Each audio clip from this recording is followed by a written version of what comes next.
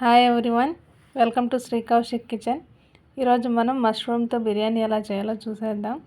ఇది రైతా కాంబినేషన్లో చాలా టేస్టీగా ఉంటుంది. ఎలా చేయాలో చూద్దాం.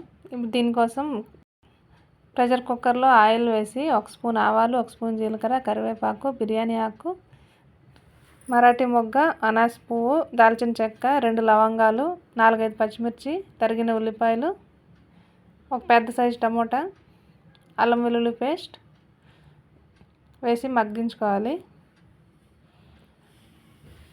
ఇప్పుడు ముందుగా వాష్ చేసి కట్ చేసుకున్న మష్రూమ్స్ వేసి కొద్దిసేపు మగ్గనివ్వాలి.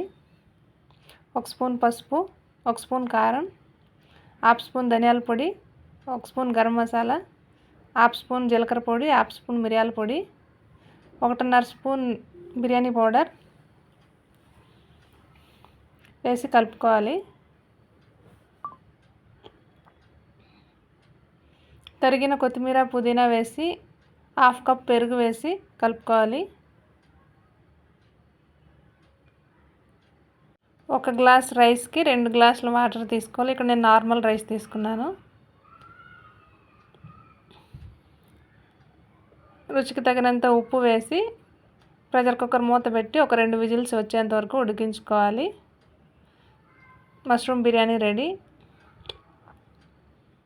వీడియో నచ్చితే ప్లీజ్ లైక్ చేయండి, సబ్స్క్రైబ్ చేసుకోండి. Thanks for watching.